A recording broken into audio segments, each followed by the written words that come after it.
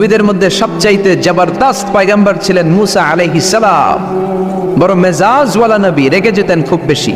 থাপ্পড় মেরে একবার ফেরাউনের বাবুর্চিকে মেরে ফেলেছিলেন। অনেক শক্তি আল্লাহ তাআলা তাকে গায়ে দিয়েছিল। তিনি একবার আল্লাহকে আবদার করে বসলেন, রব্বি আরিনি আনজুর ইলাইক।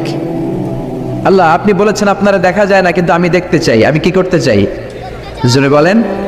আল্লাহ বললেন, লান তারানি, never you can see me, never you can see me. তুমি আমাকে দেখতে পাবে না, কারণ আমাকে দেখা যায় না।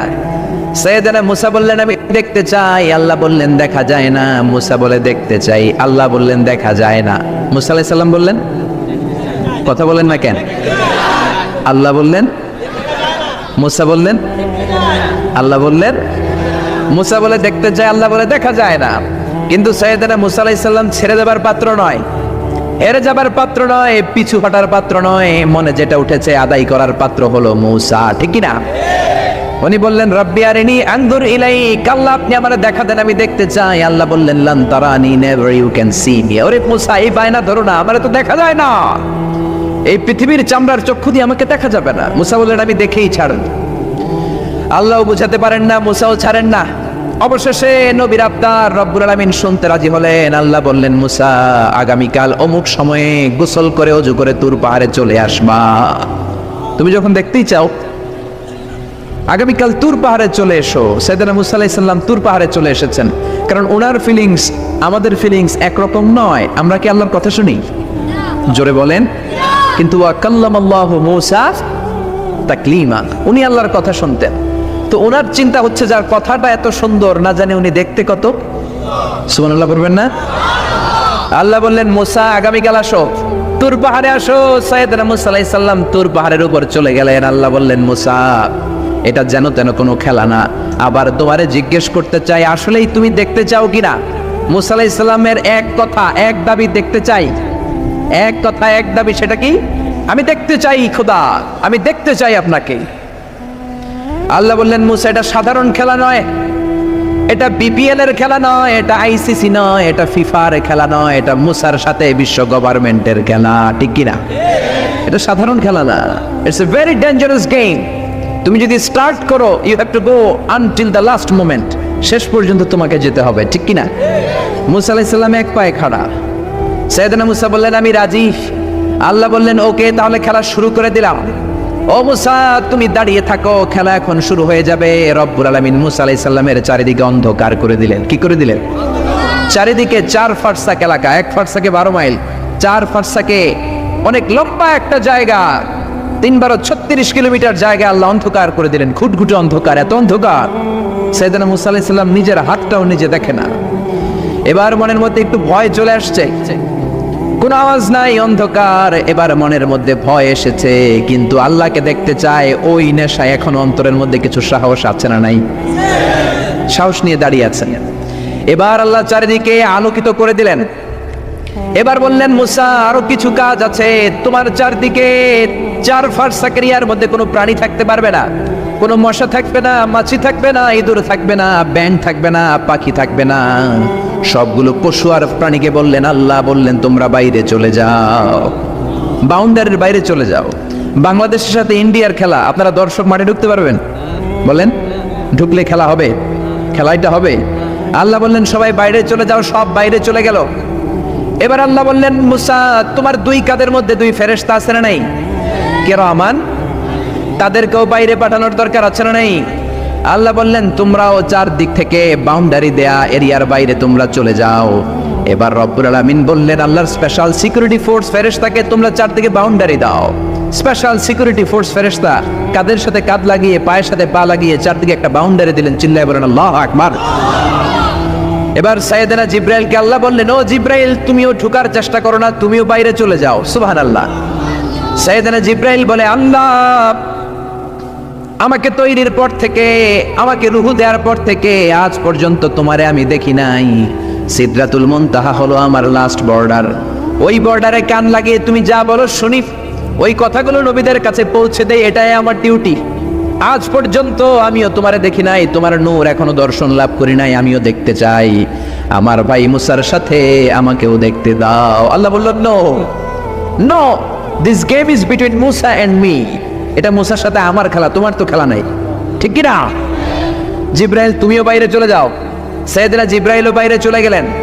এবার একেবারে গ্রাউন্ড রেডি, স্টেডিয়াম রেডি। এবার খেলা হবে। খেলা কি হবে?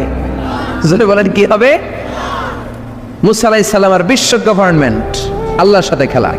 আল্লাহ বললেন মুসা তুমি উপরের দিকে তাকাও। সাইয়েদনা মুসা আলাইহিস সালাম উপরের দিকে তাকালেন, দেখলেন প্রথম আকাশ দেখা যায়, তারপরে দ্বিতীয় আকাশ, তৃতীয় আকাশ, সব দেখতে আরম্ভ করলেন। প্রথম আকাশ, এটা বিশাল একটা area, it's a big space, we can't imagine. এটা কত বড় আমরা কল্পনাও করতে পারি না, বিশাল। হাতি, সূরাতুল ফিল আছে না নাই? সবচেয়ে ছোট্ট সাইজের প্রাণী পিঁপড়া। পিঁপড়ার নামে সূরা আছে না নাই? সূরাতু আন-নামাল। এরপর মাকড়সার 8 পা, মাকড়সার নামে আছে না নাই? সূরাতু আল-আনকাবুত। মৌমাছির নামে আছে না নাই? সূরাতু আন-নাহাল। নারীদের নামে আছে না নাই? নারীদেরকে আমরা পছন্দ করি বেশি, ঠিক কিনা? বিশ্বনবী পছন্দ করতেন, নারীদের মর্যাদা বেশি, মায়ের মর্যাদা 3 গুণ বেশি বাবার চেয়ে। এজন্য দেশের ক্ষমতায় আমরা নারীদেরকে বসাই দিচ্ছি। যেহেতু ক্ষমতা কয় গুণ বেশি, 3 ডবল যেহেতু মর্যাদা, তো বাবারে বসাবো কেন, মারই বসাই দিলাম। 2 মাই আছে, ঠিক কিনা? এই স্বাধীনতার পর থেকে এই 2 মা, আল্লাহ করে মা দিছে কয়টা? জোরে বলেন। এই 2 মা যদি একটু আদর সোহাগ দিয়ে আমাদেরকে রাখতো, তাহলে বাংলাদেশটা সিঙ্গাপুর হয়ে যেত। চিল্লা এখন, ঠিক কিনা? সিঙ্গাপুরে আমি ছিলাম কিছুদিন, আমার প্রোগ্রাম ছিল। এবছর গিয়েছিলাম ব্যাংককে, থাইল্যান্ড। তো ওদের দেশের একটা নিয়ম আছে, সেটা হচ্ছে ম্যারিটোক্রেসি। দেশের সব নিয়োগগুলো মেরিটের ভিত্তিতে হবে, যোগ্যতার ভিত্তিতে। চাচা খালুর টেলিফোনে নয়। কিন্তু আমাদের দেশে মামা খালুর ফোনে চাকরি আছে না নেই? সিঙ্গাপুরে নাই। এই সিঙ্গাপুরটা গোটা বিশ্বে পরিচিত ছিল জেলেপাড়া হিসেবে। জেলেপাড়া মাছ ধরতো, কি ধরতো? যেই এলাকাটা মাছ ধরে খেত, এই এলাকাটা এখন গোটা বিশ্বের উন্নত ডেভেলপড কান্ট্রি, দ্য ফার্স্ট ওয়ার্ল্ডের একটা অন্যতম দেশ। চিল্লায় বলেন ঠিক কিনা? গোটা বিশ্বের মানুষগুলো ট্যুরিজমের জন্য সেখানে যায়। চমৎকার চমৎকার টুরিস্ট অ্যাট্রাকশন তারা সেখানে করে রেখেছে। ওদের ছোট্ট একটা দেশ, একটা শহর নিয়ে একটা দেশ। আমাদের এতগুলো জেলা, 64টা জেলা, ওদের এতগুলো জেলা নাই, একটা মাত্র জেলা। ওই জেলার নামেই শহর, জেলাটার নাম সিঙ্গাপুর। মূলত এটা এসেছে ইন্ডিয়ান শব্দ সিংহপুর থেকে। আগে ওখানে সিংহ থাকতো, সিংহপুর থেকে সিঙ্গাপুর। যেহেতু জায়গা কম, সেহেতু তারা 3টা সিঙ্গাপুর বানিয়েছে, উপরে একটা, মাটির নিচে আরো 2টা। আপনি মাটির নিচে গেলে অবাক হয়ে যাবেন, মাটির নিচে আরো 2 সিঙ্গাপুর। সব ট্রেনগুলো, সব গাড়িগুলো মাটির নিচ দিয়ে চলে, উপরেও কিছু আছে। তো বাংলাদেশে এরকম হতে পারতো যদি আমরা ভালো ভালো নেতা পেতাম। জোরে বলেন ঠিক কিনা? আমরা স্বাধীনতা পেয়েছি, কিন্তু স্বাধীনতার মজা আমরা পাই নাই। 71-এ আমাদের উপর জুলুম করেছে পাক হানাদার বাহিনী, আর 71-এর পর আমাদের উপর জুলুম করছে আমাদের ভোট দেয়া নেতারাই। চিল্লায় বলেন ঠিক কিনা? এজন্য নেতা বানানোর সময় বুঝে শুনে বানানোর দরকার আছে না নাই? যারা কোরআন পছন্দ করে, ইসলাম পছন্দ করে, আমরা তাদের সাথে আছি না নাই? আপনি কোরআন নিয়ে যদি রিসার্চ করেন অবাক হয়ে যাবেন। মানুষের নামে আল্লাহ সূরা দিলেন, প্রাণীর নামে সূরা দিলেন, চাঁদের নামে সূরা দিলেন, সূর্যের নামে সূরা দিলেন। কি অবাক করা কাণ্ড! দেশগুলো হচ্ছে 30 ভাগ আর সাগর হচ্ছে 70 ভাগ। চিল্লায় বলেন আল্লাহু আকবার। তার মানে এই পৃথিবীর তুলনায় কত ছোট্ট একটা জায়গায় এই সূর্যপুরে আমরা বসে আছি। কত নগণ্য আমি, কত ক্ষুদ্র আমি, কত ছোট্ট আমি, ঠিক কিনা? এই পৃথিবীটা হচ্ছে আমাদের সৌরজগতের অনেকগুলো গ্রহের মধ্যে থেকে ছোট্ট সাইজের একটা গ্রহ। এই যে সূর্যের আলো আমরা প্রতিদিন পাই, যেটার আলো প্রায় 8 মিনিট 20 সেকেন্ড ব্যয় করে আমাদের দিকে আসে, সেকেন্ডে 1,86,000 মাইল বেগে। এই সূর্যটা এত বিশাল পৃথিবীর চাইতে 13 লক্ষ গুণ বড়। আর আসতে বলেন সুবহানাল্লাহ। সূর্যই কি পৃথিবীর সবচাইতে বড় সাইজের তারা? নো, সূর্যের চেয়েও অনেক বড় তারা আছে। ব্যাটেলজিউস নামে একটা তারা আছে, যেই তারাটা, যে সূর্য পৃথিবীর চেয়ে 13 লক্ষ গুণ বড়, ওই ব্যাটেলজিউস তারা সূর্যের চেয়ে 33 কোটি গুণ বড়। তার মানে এই না ব্যাটেলজিউসই পৃথিবীর সবচেয়ে বড় তারা। সূর্যের পরে পৃথিবীর সবচেয়ে কাছের তারার নাম হচ্ছে প্রক্সিমা সেন্টরাই, তারপরে আলফা সেন্টরাই এ, আলফা সেন্টরাই বি, এটা ক্যারিনা, ব্যাটেলজিউস, এরকম করতে করতে এক একটা তারা বিশাল বড়। এই সবগুলো তারা মিলে আমাদের গ্যালাক্সি। আমাদের গ্যালাক্সিতে অনেকগুলো তারা। আমাদের গ্যালাক্সির নাম হচ্ছে মিল্কি ওয়ে। এর মানে এই নয় মহাবিশ্বে মাত্র একটা গ্যালাক্সি। বিজ্ঞানীদের ধারণা প্রথম আকাশের নিচে প্রায় 400 বিলিয়ন গ্যালাক্সি রয়েছে। চিল্লায় পড়েন আল্লাহু আকবার। এরকম হাজারো গ্যালাক্সি নিয়ে আমাদের ইউনিভার্স, এরকম হাজারো ইউনিভার্স গোটা বিশ্বে আছে না নাই? এই সবগুলোকে প্রথম আসমানের নিচে রেখে আসমানটাকে সুশোভিত করেছে কে? সাইয়েদনা মুসা আলাইহিস সালাম প্রথম আসমানের দিকে তাকালেন, ওনার চোখের পাওয়ার বাড়িয়ে দিল কে? উনি এই গ্যালাক্সি দেখতে আরম্ভ করলেন, ব্ল্যাক হোল দেখতে আরম্ভ করলেন, ইউনিভার্স গুলো দেখতে আরম্ভ করলেন, ডিফারেন্ট ল অফ নেচার নিয়ে যত ইউনিভার্স আছে তিনি দেখলেন। তারপরে দ্বিতীয় আকাশ, একটার চাইতে আরেকটা বড়, একটার চেয়ে আরেকটা বড়। আমরা কিন্তু প্রথম আকাশ দেখি না। নাসার বিজ্ঞানীরা আজীবন গবেষণা করেও প্রথম আকাশের নাগালে যেতে পারবে না। তারা যেখানে যায় এটা হচ্ছে প্রথম আকাশের মহাশূন্য। এটা কি? প্রথম আকাশের মহাশূন্য, তারপরে প্রথম আকাশ, তারপরে দ্বিতীয় আকাশের মহাশূন্য, তারপরে দ্বিতীয় আকাশ, তারপরে তৃতীয় আকাশের মহাশূন্য, তারপর তৃতীয় আকাশ। একটার চাইতে আরেকটা বড়। কত বড়? বিশ্বনবী বললেন তোমার হাতের আংটিটা, কোনটা? আংটিটা যদি সাহারা মরুভূমিতে ফেলে দাও, তাহলে সাহারা মরুভূমির তুলনায় তোমার আংটি যত ছোট, আল্লাহর দ্বিতীয় আকাশের তুলনায় আল্লাহর প্রথম আকাশটা ঠিক তত ছোট। এভাবে তৃতীয় আকাশ আরো বড়, চতুর্থ আকাশ আরো বড়। সাইয়েদনা মুসা আলাইহিস সালাম দেখলেন 7 আকাশ দেখলেন।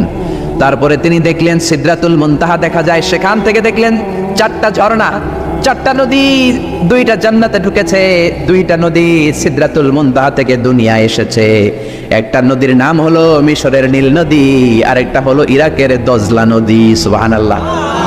তারপরে নজর করে তাকালেন, সেখানে দেখলেন তিনি কোরআনের বাড়ি দেখা যায়। বাল হুয়া কুরআনুম মাজিদুন ফি লাওহিম মাহফুজ। নাম শুনেছেন? লাওহে মাহফুজ কার বাড়ি? কোরআনের বাড়ি। লাওহে মাহফুজ কার বাড়ি? নজর করে দেখে কোরআনের বাড়ি দেখা যায়।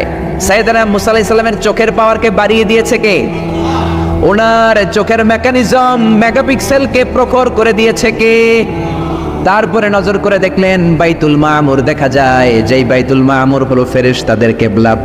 আমরা হাজে গেলে, উমরায় গেলে আল্লাহর ঘরকে সেন্টারে রেখে চারদিকে তাওয়াফ করি, লাব্বাইক আল্লাহুম্মা লাব্বাইক বলে আল্লাহরে ডাকি।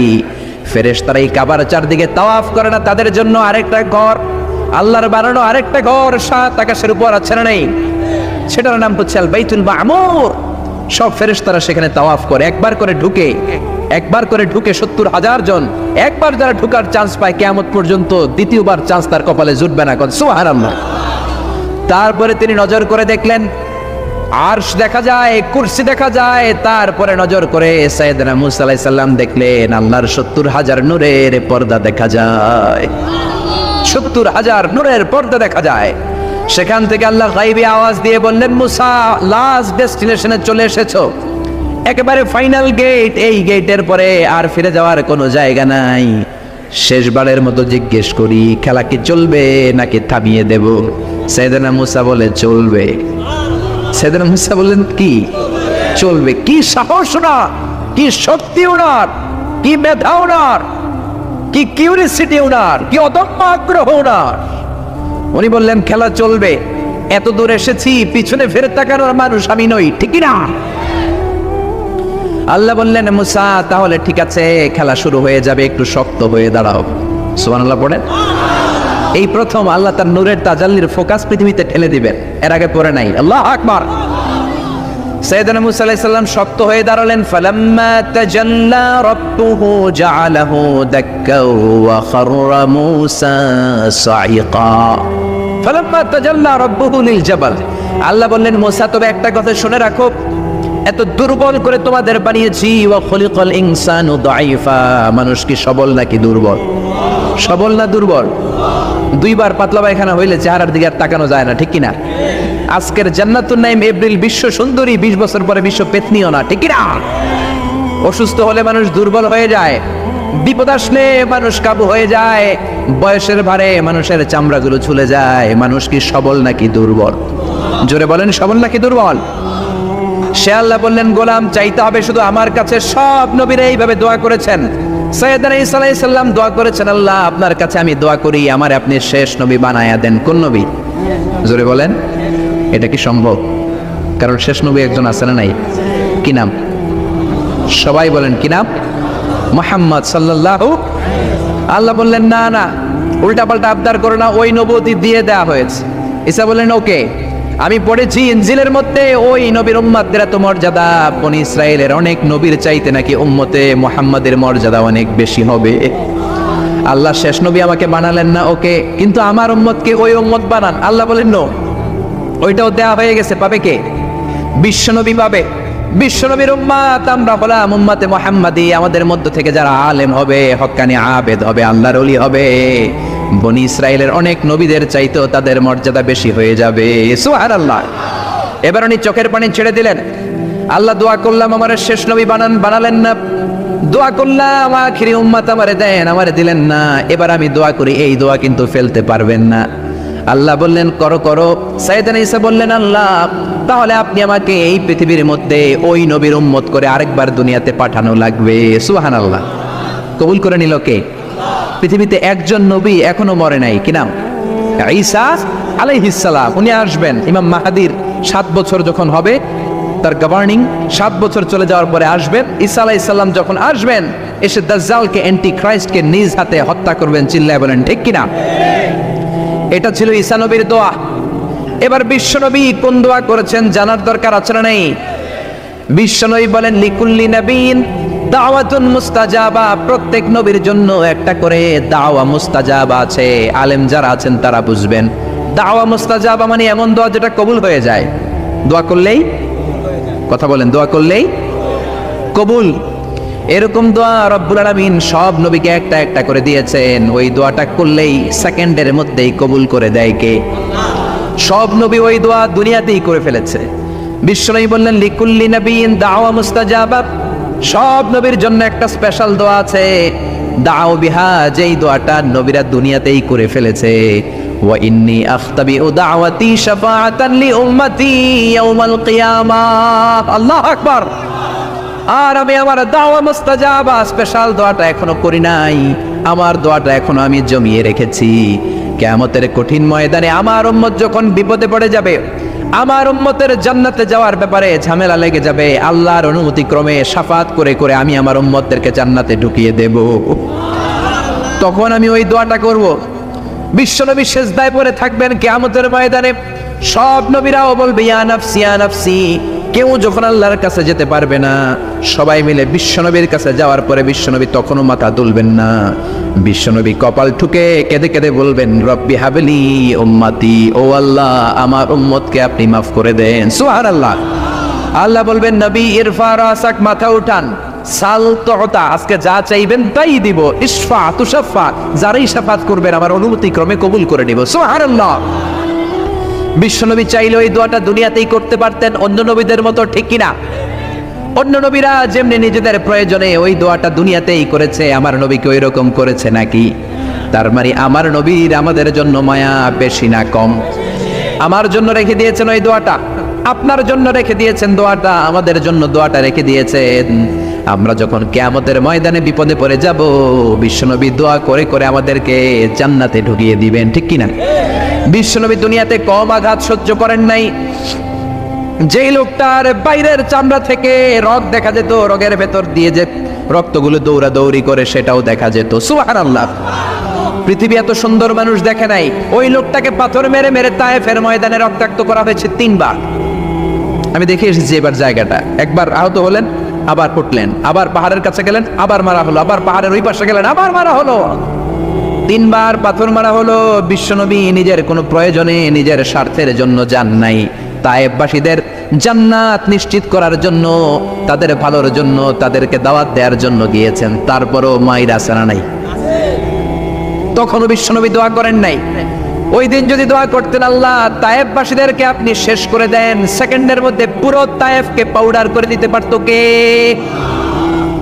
উহুদের ময়দানে তীর এসে বিশ্বনবীর দাঁতের মধ্যে বিঁধে গেল, ঝরঝর করে রক্ত ঝরলো। ওই কঠিন দিনেও বিশ্বনবী ওই দোয়াটা করেন নাই, ঠিক কিনা? বদরের ময়দানে 313 জন সাহাবী নিয়ে বিশ্বনবী চোখের পানি ছাড়ছেন। আবু বকর বলেন ইয়া রাসূলুল্লাহ, ইয়া হাবিবাল্লাহ, মাথা উঠান। আপনি এমন ভাবে দোয়া করেছেন, আমার মন সায় দেয়, আমার মন বলে আজকের দোয়া আল্লাহ ফেরাবে না, ওঠেন। বিশ্বনবী চাইলে ওই দিনে বলতে পারতেন কুরাইশদেরকে আল্লাহ আপনি নাস্তানাবুদ করেন, করে দিত কে? প্রচন্ড ক্ষুধার সময় বিশ্বনবী যখন মক্কায় কেঁদে কেঁদে হয়রান, তখন ওই দোয়াটা করেন নাই, ঠিক কিনা? 3 বছর আত্মীয় স্বজন সহ শিয়াবে আবু তালেবে জেল খেটেছেন। কয় বছর? জোরে বলেন। প্রথম বছর খেয়েছে ছাগলের গোশত, সবাই ছাগল পালতো, নিজেদের ছাগলের গোশতগুলো খেয়েছে। দ্বিতীয় বছর কোনো ছাগল নেই, ছিল ছাগলের রোদ্রে শুকানো চামড়াগুলো পানিতে ভিজিয়ে ভিজিয়ে চামড়া খেয়েছে। তৃতীয় বছর ছাগলের চামড়াও নাই। কি নাই?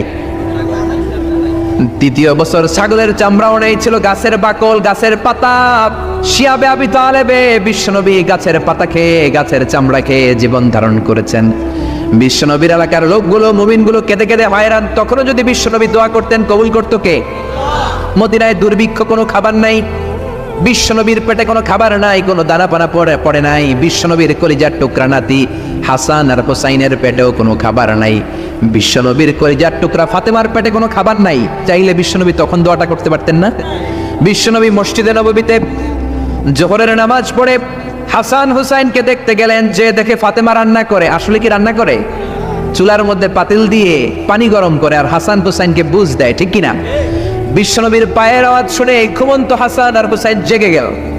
দৌড়ে এসে নানাজিকে ঝাপটে ধরে ডেকে বলে, নানাজি গতকাল কেন দেখতে আসলেন না? আজকে দুপুর হয়ে গেল, বিকেল হয়ে যাচ্ছে, এখন বুঝি আপনি দেখতে আসার সময় হলো?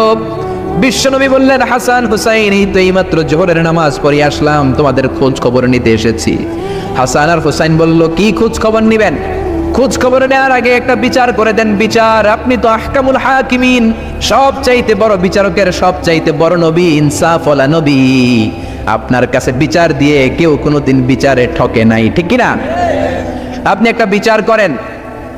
বিশ্বনবী বললেন, কিসের বিচার? হাসান বলে, নানাজি আপনার মেয়ের নামের বিচার, ফাতেমার নামের বিচার। বিশ্বনবী বললেন, ও হাসান, আমার মেয়ে ফাতেমার আবার কি বিচার? কি অপরাধ আমার ফাতেমার? হাসান হুসাইন চোখের পানি ছেড়ে দিয়ে ডেকে বলে, নানাজি আপনার মেয়ে আমাদেরকে খাবার দেয় না কেন? খাবার দেয় না কেন? বিচার দিলাম। গতকাল সারাদিন বলেছে রাত্রিবেলা খাবার দিবে, রাতে খাবার দেয় নাই। আমাদেরকে বলেছে তোমরা ঘুমিয়ে যাও, আমি রান্না করি, সকালে দিব। ঘুমিয়ে গেলাম, সকালবেলায় খাবার চাইলাম, আপনার মেয়ে ফাতেমা তখন আমাদেরকে খাবার দেয় না। দাদা, আমরা ছোট্ট দুইটা মানুষ ক্ষুধার জ্বালায় বেহুশ হয়ে যাই, আর সহ্য করতে পারি না, আপনার মেয়ে খাবার দেয় না। দুপুর হয়ে গেল, দুইজনে কান্নাকাটি করে আপনার মেয়ে এখন পর্যন্ত আমাদেরকে খাবার দেয় নাই। আমরা দুজন তো আর সহ্য করতে পারি না, কেন আপনার মেয়ে আমাদের সাথে এমন করে? আপনার কাছে বিচারে দিলাম, আপনি বিচার করেন। বিশ্বনবী আর কি বিচার করবেন? ধা করে বিশ্বনবী চোখের পানিগুলো ছাড়েন, হুসাইনকে জড়িয়ে ধরলেন, হাসানকে জড়িয়ে ধরলেন, ডেকে বললেন, হাসান রে কাছে আয়।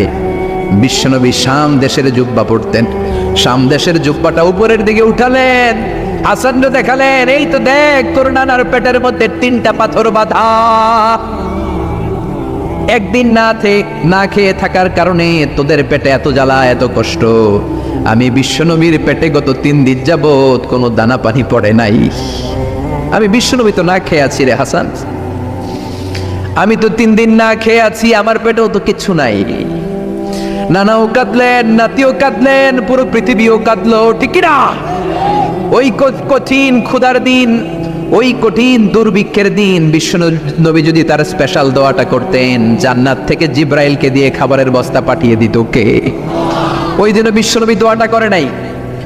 আমার জন্য, আপনার জন্য, আমাদের জন্য দোয়াটা এখনো আসরা নাই। হাজার ব্যথা বেদনার পরে ফিরে আসনি তুমি আপন ঘরে, দিনের আলো তুমি ছড়িয়ে দিতে চলে গেলে মদিনায় মক্কা ছেড়ে। হে রাসূল তোমাকে ভুলি আমি কেমন করে? হে রাসূল তোমাকে ভুলি আমি কেমন করে? খেয়ে না খেয়ে দিন প্রচারের কাজে নিজেকে দিয়েছ বিলিয়ে, তাই ফের কাফিরেরা চিনল না সে আলো। দুষ্ট ছেলেদের পিছু দিল লেলিয়ে, পাথরের আঘাতে ক্ষত বিক্ষত হয়ে সারা শরীর থেকে রক্ত ঝরে। হে রাসূল তোমাকে ভুলি আমি কেমন করে? হে রাসূল তোমাকে ভুলি আমি কেমন করে? পড়েন আল্লাহু আকবার। কি দিল দরিয়া নবী ছিল, নিজের বিপদের কথা ভুলে গিয়ে নাতির বিপদের কথা ভুলে গিয়ে ফ্যামিলির কথা ভুলে গিয়ে উম্মতের জন্য কেঁদেছে, ঠিক কিনা? গোটা বিশ্বের জন্য শিক্ষা এনেছে, সভ্যতা এনেছে, আমাদেরকে ভদ্রতা শিখিয়েছে। আর ওই নবীরে গালি দেয় এরকম কিছু ব্লগার বাংলার জমিনে আছে না নাই? তারা মানুষ নাকি শয়তান? এগুলো পিতৃ পরিচয়হীন জারদ সন্তান, জোরে বলেন ঠিক কিনা? দুই জায়গায় কেউ যদি আমাদেরকে ইনসাল্ট করে আমরা সহ্য করতে পারি না। এক হচ্ছে কোরআন, কোরআনকে নিয়ে গালি দিলে আমাদের কলিজায় আগুন আসে না নাই? বিশ্বনবীরে গালি দিলে কলিজায় আগুন ধরে যায়। যদি না ধরে যায় তুমি মুমিন নও, তুমি মুনাফিক। চিল্লা এখন ঠিক কিনা? বিশ্বনবীরে গালি দিলে কলিজায় আগুন লাগে, কলিজায় আগুন লাগে মুসলমান। কার কার লাগে তো হাত উঁচু করে আল্লাহর দেখা। লিল্লাহে তাকবীর, লিল্লাহে তাকবীর, লিল্লাহে তাকবীর। আল্লাহ আমাদের হাতগুলোকে কবুল করে নাকি আমরা পড়ি আমিন। আর জোরে পড়েন আমিন। এজন্য বিশ্বনবীর সুন্নাহ আমাদের আসল সম্বল। বিশ্বনবী যে শিক্ষা আমাদের কাছে রেখে গিয়েছেন সেটাই সম্বল, ঠিক কিনা? বিশ্বনবীর আগের গুনাহ মাফ, পরের গুনাহ মাফ, তারপরেও তিনি আল্লাহর কাছে যখন দোয়া করতেন ছোট্ট বাচ্চার মতো হাউ মাউ করে কেঁদে দোয়া করতেন। আমরা করি? আমাদের কান্না আসেই না। এত পাষাণ আমাদের হৃদয়, এত আধুনিকতার মধ্য দিয়ে আমরা সময় কাটাচ্ছি। সোশ্যাল মিডিয়ার ভেতরে আমাদের এত সময় দেয়া হয়। এই সোশ্যাল মিডিয়া আমাদেরকে ঘুমাতে দেয় না, আমাদেরকে স্বাভাবিকভাবে চলতে দেয় না, আমাদের অন্তরটাকে নরম হতে দেয় না, ঠিক কি না? আমাদের কান্না আসে না, আমাদের হৃদয় পাষাণ হয়ে গেছে, আমাদের হৃদয় নরম হয় না। অন্যের দুঃখে আমরা দুঃখ পাই না, অন্যের দুঃখে যারা দুঃখ পায় না তারা মানুষ হতে পারে না, ঠিক কিনা? ছাগলের পেট থেকে বেরোলে ওইটারে আমরা বলি ছাগল, গরুর পেট থেকে বেরোলে আমরা ডাকি গরু, মুরগির পেট থেকে বেরোলেই সেটা মুরগি হয়ে যায়। কিন্তু মানুষের পেট থেকে বেরোলে সেটা মানুষ হয় না, ওইটারে মানুষ বানাতে হয়, ঠিক কিনা? এই দুনিয়া এখন তো আর সেই দুনিয়া নাই, মানুষ নামের মানুষ আছে দুনিয়া বোঝাই, সেই মানুষের ভিড়ে আমার আসল মানুষ নাই, ঠিক কিনা? আসল মানুষের বড় অভাব। অন্যের দুঃখে কাঁদবে, অন্যের জ্বালা নিজের অন্তরেও জ্বালার সৃষ্টি করবে, সেই মানুষ আর নাই, ঠিক কিনা? বিশ্বনবীর আগের গুনাহ নাই, পরের গুনাহ নাই, তারপরেও মুনাজাতে হাউমাউ করে কাঁদতেন। তিনি দোয়ায় বলতেন, আল্লাহ ইন্নী আব্দু কবনু আব্দি কবনু আমাতিক নাসিয়াতি বিয়াদিক। ও আল্লাহ, আমি আপনার গোলাম, গোলামের ঘরের গোলাম, বান্দির ঘরের গোলাম। আল্লাহ আমি আপনার গোলাম, গোলামের ঘরের গোলাম, মানে আমার বাপ আব্দুল্লাহ আপনার গোলাম, আমরা গোলাম বংশের। সুবহানাল্লাহ। গোটা বিশ্বের শ্রেষ্ঠ মানুষটা নিজের গোলাম বলতে দ্বিধাবোধ করতো না, বলতো আমি আপনার গোলাম, গোলামের ঘরের গোলাম, বান্দির ঘরের গোলাম, নাসিয়াতি বিয়াদিক। আমার মাথার চুলের ছুটি আপনার হাতের মুঠোয়, আমার চুলের ছুটি আপনার হাতের মুঠোয়, গোলামের মতো যেখানেই টানবেন আমি ওখানেই যাব। আল্লাহু আকবার। এই ছিল বিশ্বনবীর বিনয়। নিজেকে গোলাম বলতে স্বাচ্ছন্দ্য বোধ করতেন, কোনোদিন জীবনে অহংকার করেন নাই। কোনোদিন বিশ্বনবী কারোর সাথে মুসাফা করতে যে নিজে আগে হাত টানেন নাই, যতক্ষণ না ওই লোকটা তার হাত টেনে নিয়েছে। সুবহানাহু। আর বিশ্বনবীর হাত ছিল আলিয়ানু মিনাদ দিবাজ। বিশ্বনবীর হাত ছিল রেশমের কাপড়ের চেয়েও নরম। সিল্ক চিনেন? সিল্ক, সিল্কের কাপড়ের চেয়ে বিশ্বনবীর হাত ছিল নরম। এই নরম হাত মুসাফার মধ্যে যে একবার পাইতো কেউ ছাড়তে চাইতো না, ধরেই রাখতো। আর বিশ্বনবী নরম হৃদয়ের নবী, কেউ যদি না ছাড়ে বিশ্বনবীও ছাড়তেন না। সুবহানাল্লাহ। ওই নবী মুনাজাতে কাঁদতেন। এজন্য ভাইরা এই কথা বললেন না আল্লাহ আমার দোয়া শোনে না, আপনি দোয়ার মতো দোয়া করেন নাই, এজন্য শোনে নাই, ঠিক কি না? দোয়া কবুল হওয়ার রহস্য হচ্ছে চোখের পানি। বিশ্বনবী বললেন দুইটা চোখের পানি আল্লাহর কাছে সব চাইতে সেরা। এক হলো জিহাদের ময়দানে রক্তের ফোঁটা, দ্বিতীয় হলো আল্লাহর ভয়ে মুনাজাতের মধ্যে চোখ থেকে বেয়ে বেয়ে পড়া পানির ফোঁটা। আবার বিশ্বনবী বললেন অনুশোচনার চোখের পানি, চোখ দিয়ে নাকের ডগা বেয়ে বেয়ে জমিনে পড়ার আগে ওই দোয়াটা কবুল করে নেয় কে? এজন্য চাওয়ার সময় নিজের ছোট করেন, বলবেন আল্লাহ আমি আপনার গোলাম, গোলামের ঘরের গোলাম, বান্দির ঘরের গোলাম, আমার চাইতে ক্ষুদ্র ছোট কেউ নাই, এমন কোন গুনাহ নাই আমি করি নাই, তুমি ছাড়া আমারে পার করার কেউ নাই, ঠিক কিনা? এরকম দোয়ার মধ্যে নিজেরে ছোট করে দেন, আপনার দোয়া কবুল করবে কে? এজন্য সব সময় চাইবে একজনের কাছে, তিনি কে? একদল আছে বা এক শ্রেণীর লোক আছে, রোগে যখন পড়ে তখন আল্লাহরে ডাকে, রোগ ভালো হয়ে যায় আল্লাহরে ভুলে যায়, আছে না নাই? নির্বাচনের আগে আল্লাহরে ডাকে, নির্বাচন শেষ আল্লাহরে ভুলে যায়, আছে না নাই? সমস্যায় পড়েছে আল্লাহরে ডাকে, সমস্যা নাই আল্লাহরে ভুলে যায়, আছে না নাই? এমন করা যাবে না সব সময় ডাকবেন। তবে রব্বুল আলামিন বলেন স্পেশাল কিছু সময় আছে, ওই সময় দোয়া করলে দোয়া কবুল করে নেয় কে? তাহাজ্জুদের সময়। এই স্পেশাল দু একটা সময়ের কথা বলে আমরা দোয়া করব। দোয়া না নিয়ে আজকে কে কে চলে যাবেন? হাত তুলে দেখান তো। থাকবেন সবাই? দোয়া করে যাবেন? অল্প 2-1 মিনিট কথা বলে আমি এখন দোয়ার দিকে যাব। ওয়াদা করেছেন, বসে থাকবেন। ওয়াদার খেলাফ করা কি মুমিনের আলামত না মুনাফিকের? আমরা একসাথে দোয়া করে আজকে এখান থেকে বিদায় নিব। পড়েন ইনশাআল্লাহ। তাহাজ্জুদের সময় দোয়া করবেন। ওয়া মিনাল লাইলি ফাতাহাজ্জাদ বিহি নাফিলাতান লাকা আসা আইয়াবআসাকা রাব্বুকা মাকামাম মাহমুদা। তাহাজ্জুদের নামাজ পড়লে আপনার মর্যাদা বাড়ায় দিবে কে? এখন হুজুর আমরা তো ফজরই পড়ি না, তাহাজ্জুদ কখন পড়বো? তাহাজ্জুদ তো তাদের যারা ফজর পড়ে, ঠিক কি না? ফজরই তো পড়ে না, তাহাজ্জুদ কখন? ফজরের সময় মসজিদের বেহাল দশা। ফজরের সময় যত মসজিদে নামাজ পড়লাম খালি মুরব্বী চাচাদেরকে পাওয়া যায়, ইয়াং ছেলেরা নাই। ফজরের নামাজ মুরব্বীদের জন্য নয়, ফজরের নামাজ তোমাদের মতো ইয়াংস্টার যারা আছো তাদের জন্য, ঠিক কি না? ওয়াদা করো সূর্যপুরের মসজিদগুলোতে যুবকরা যে ফজরের নামাজে মসজিদ ভরে দিবা। রাজি আছো? রাজি আছো যুবকেরা? এই যৌবন বয়সের ইবাদত আল্লাহর কাছে সবচাইতে প্রিয়। খেয়াল করে বোঝার চেষ্টা করো। যুবক বয়সে যদি গভর্নমেন্ট সার্ভিস করো, বার্ধক্যে উপনীত হলে পেনশন আছে না নাই? অনুরূপ ভাবে যুবক বয়সে যদি ইবাদত করো, বার্ধক্য অবস্থায় ইবাদত করতে না পারলেও পেনশনের হিসাবে তোমার আমলনামায় সওয়াব দিয়ে দিবে কে? এজন্য যুবক বয়সের ইবাদত আল্লাহর কাছে প্রিয়। মসজিদ তখন ধরে যখন আর কাজ করার সুযোগ নাই। মসজিদে তখন যায় যখন কেউ চাকরিতে নেয় না। মসজিদে তখন যায় যখন ঘরের কেউ তার সাথে কথা বলতে চায় না, মানে বয়স হয়ে গেছে 70। তখন দাড়ি রাখে যখন শেভ করতে গেলে হয় গাল কাটবে নয় ব্লেড ভাঙবে, ঠিক না? এজন্য যুবক বয়সে মসজিদে যাও। এখন তোমাদের রক্ত গরম, যা চাও তোমরা তাই করতে পারো। যেই মুরব্বী বাবাদের দাড়িগুলো পাকা হয়ে গিয়েছে তারাও তোমাদের মতো ওই বয়সটা পার করে এসেছে, ঠিক কি না? দুদিনের দুনিয়া, অল্প কয়েকটা বছরের ব্যবধানেই তোমার চুল পাকতে শুরু করবে। তোমার এই রক্ত গরম শরীরটাও ঠান্ডা হয়ে যাবে। তোমার আশেপাশে আর কেউ ঘুরবে না, কেউ তোমারে ডাকবে না, কেউ তোমারে গুনবে না। চিল্লায় বলেন ঠিক কি না? এজন্য কিয়ামতের দিন বিশ্বনবী বলেন, বনি আদম 5টা প্রশ্নের উত্তর না দিয়ে কেউ পা নাড়াতে পারবে না। এর মধ্যে একটা প্রশ্ন হলো, যৌবন বয়সটা তুমি কেমন কাজে লাগিয়েছো? যৌবন বয়সে কি ইসলামের পক্ষে স্লোগান দিয়েছো নাকি রাম আর বামপন্থীদের দলে গিয়েছো, ঠিক কি না? যৌবন বয়সে কি তাফসির মাহফিলে গিয়েছো নাকি মমতাজের গানের কনসার্টে গিয়েছো? যৌবন অবস্থায় তুমি কি কোরআনের অর্থ পড়েছো, ইসলামী সাহিত্য পড়েছো নাকি চটি বই পড়েছো, ঠিক কি না? পাই টু পাই কিয়ামতের দিন জিজ্ঞেস করবে কে? চিল্লায় বলেন কে?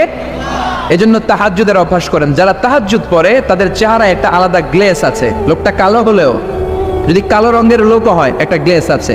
আমার অনেক কালো বন্ধু আছে। আমি মিশরে পড়েছি, students of more than 100 nationalities, we used to study, stay and dwell in the same place. 100টারও বেশি দেশের ছাত্র থাকতাম। আমার অনেক আফ্রিকান বন্ধু ছিল, কুচকুচে কালো, তেল তেলে, কিন্তু কালো হলেও চেহারা একটা সৌন্দর্য আছে না নাই? এজন্য কালো মানুষও যদি তাহাজ্জুদ পড়ে চেহারায় নূর বাড়িয়ে দিবে কে? 2 নম্বরে হলো আযান আর ইকামতের মাঝখানে যদি দোয়া করে, ওই দোয়া কবুল করে কে? এটা অনেকে জানে না। আযান দিয়েছে, মসজিদে গিয়েছে, সুন্নত নামাজ পড়ে বসে আছে, কখন ইকামত হবে, আরো 5 মিনিট বাকি, মাথা চুলকায়, আছে না নাই?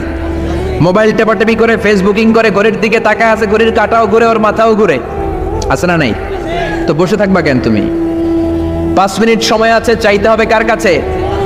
বাজারে যাওয়ার সময় যেমনি আপনি লিস্ট করে নিয়ে যান, এটা লাগবে ওটা লাগবে, মসজিদে যাওয়ার সময় মোবাইলের টুকি নিয়ে যান, কাগজের টুকি নিয়ে যান। আল্লাহ আমার সুন্দরী বউ লাগবে, বউ দাও, দিবে কে? এই বেটা দিবে কে? নেককার বিবি লাগবে, দিবে কে? গোল্ডেন এ প্লাস পেতে চাই, দিবে কে? উমরা করতে চাই, পাসপোর্টে ভিসা লাগে না, ভিসা করে দিবে কে? দুরারোগ্য ব্যাধি, অনেক ওষুধ খেলাম, অনেক দেশে গেলাম, কোনো ডাক্তার ভালো করতে পারে না, কিন্তু ডাক্তারেরও বড় ডাক্তার আছে না নাই? কেউ যেটা পারে না, পারে কে? আযান ইকামতের মাঝখানে দোয়া আল্লাহ ফেরায় না। হাদিসে এসেছে, দুআ লা ইরাদ্দু বাইনাল আযানি ওয়াল ইকামা। আযান এবং ইকামতের মাঝখানের সময়টাতে দোয়া করবেন। তারপরে বিশ্বনবী বললেন, দুবুরাস সালাওয়াতিল মাকতুবা, ফরজ নামাজের পরে দোয়া করলে কবুল করে কে? আমাদের দেশে আসসালামু আলাইকুম ওয়া রাহমাতুল্লাহ, আসসালামু আলাইকুম, আমিন ইয়া আরহামার রাহিমিন, আছে না নাই? এই দোয়া বিশ্বনবী এইভাবে দোয়া করতেন না। বিশ্বনবী সালাম ফেরানোর পরে পড়তেন আল্লাহু আকবার। কি পড়তেন? নামাজ শুরু আল্লাহু আকবার দিয়ে, শেষ আল্লাহু আকবার দিয়ে। তারপরে সাহাবীদের দিকে ফিরে বসতেন। আমাদের দেশে শুধু ফজরের নামাজ আর আসরের নামাজ এই দুই ওয়াক্তে ইমাম সাহেব ফিরে বসে, ঠিক কিনা? তো সুন্নাহ হচ্ছে 5 ওয়াক্ত নামাজেই ইমাম সাহেব মুসল্লিদের দিকে ফিরে বসবে। এরপরে বিশ্বনবী পড়তেন 3 বার আস্তাগফিরুল্লাহ আস্তাগফিরুল্লাহ আস্তাগফিরুল্লাহ। তারপরে বিশ্বনবী পড়তেন আল্লাহুম্মা আনতাস সালাম ওয়া মিনকাস সালাম, এই দোয়াটা। এরপরে পড়তেন রাদিতু বিল্লাহি রাব্বা, এই দোয়া। এরপরে পড়তেন আল্লাহুম্মা লা মানিআ লিমা আ'তাইতা ওয়া লা মু'তিয়া লিমা মানা'তা ওয়া লা ইয়ানফা'ু যাল জাদ্দি মিনকাল জাদ। তারপরে আয়াতুল কুরসি পড়তেন। তারপরে বিশ্বনবী 33 বার সুবহানাল্লাহ, 33 বার আলহামদুলিল্লাহ, 33 বার আল্লাহু আকবার। আছে না নাই? এই তাসবিহগুলো আগে আপনি পড়বেন ঠান্ডা মাথায়। এরপরে যদি দোয়া করতে মনে চায়, সম্মিলিত মনে চায় করেন, একা একা মনে চায় করেন, বা হাত তোলা ছাড়া এমনি মুখে করেন, সমস্যা নাই। কিন্তু আগে তাসবিহগুলো পড়তে হবে, চিল্লায় বলে ঠিক না? এই তাসবির সুন্নাত নাই। মানুষগুলো এত অস্থির, সালামের পরে কখন বেরোবে, কখন বেরোবে, মনে হয় পাবলিক টয়লেটে ঢুকছে, ঠিক না? পাবলিক টয়লেট হচ্ছে এমন জায়গা যে পাবলিক টয়লেটের ভিতরে আছে ও বের হওয়ার জন্য ছটফট করে, আর যে বাইরে সিরিয়াল ধরে আছে ও ঢোকার জন্য ছটফট করে, ঠিক কিনা? মনে হয় পাবলিক টয়লেটে এসেছে, মসজিদে ঢুকেছ আল্লাহুম্মা বলে তুমি ঢুকে গেলা আল্লাহর নাম নিয়ে। যখন মসজিদে ঢুকে গেলা তোমার মাথার উপরে রহমত ঢালছে কে? মসজিদ হচ্ছে রহমতের জায়গা। সালাম ফেরানোর পরে তাসবিহ পড়েন, তারপরে আপনি দোয়া করেন। এজন্য সালাম ফেরানোর পরে দোয়া কবুল করে কে? এরপরে বিশ্বনবী বললেন ইনদা নুজুলিল মাতার, আকাশ থেকে যখন বৃষ্টি নামে, ওই বৃষ্টি নামার সময় যদি দোয়া করেন, দোয়া কবুল করে কে? আর দোয়া লা ইউরাদ্দু তাহতাল মাতার, তুফান ওই বৃষ্টি না, ভ্যাপসা একটা গরম, এই গরমটাকে দূরে সরিয়ে দেওয়ার জন্য একটা ঝিরিঝিরি ঝিরিঝিরি বৃষ্টি পড়ে। ওই বৃষ্টির নিচে দাঁড়িয়ে বৃষ্টির পানি নিয়ে দোয়া করলে কবুল করে কে? জানেই না মানুষ, ঠিক কিনা? বরং বৃষ্টি আসলে গান গাওয়া শুরু করে দেয়, এই বৃষ্টি ভেজা রাতে তুমি চলে যেও না। আছে না নাই? তো চলে যাবো না, কি করবো? থেকে যাবো তোমার সাথে? এগুলো করা যাবে না। বৃষ্টি রহমতের বৃষ্টি, তুমি বৃষ্টি হাতে নিয়ে দোয়া করো। সুন্দরী বউ লাগবে, দিতে পারে একজন, তিনি কে? এজন্য চাইতে হবে একজনের কাছে, তিনি কে? কদরের রাতে দোয়া করলে আল্লাহ কবুল করে, খতমে কোরআনের পরে দোয়া করলে আল্লাহ কবুল করে, হজের মানাসিকুল হজের মধ্যে যে দোয়া করলে কবুল করে, মুসাফির দোয়া করলে কবুল করে, রোজাদার ব্যক্তি দোয়া করলে আল্লাহ কবুল করে, মাজলুম ব্যক্তি দোয়া করলে আল্লাহ কবুল করে। এজন্য বিশ্বনবী বলেছেন ইত্তাকু দাওয়াতাল মাজলুম, মাজলুমের বদদোয়ারে ভয় করো, ফা ইন্না লাইসা বাইনাহু ওয়া বাইনাল্লাহি হিজাব, তার আর তার আল্লাহর মাঝে কোনো পর্দা থাকে না। মাজলুম দোয়া করলে কবুল, সুবহানাল্লাহ। এরপরে স্পেশাল দোয়া হলো মা বাবার দোয়া। এই দোয়া কোনোদিন ফিরে না, সুবহানাল্লাহ পড়েন।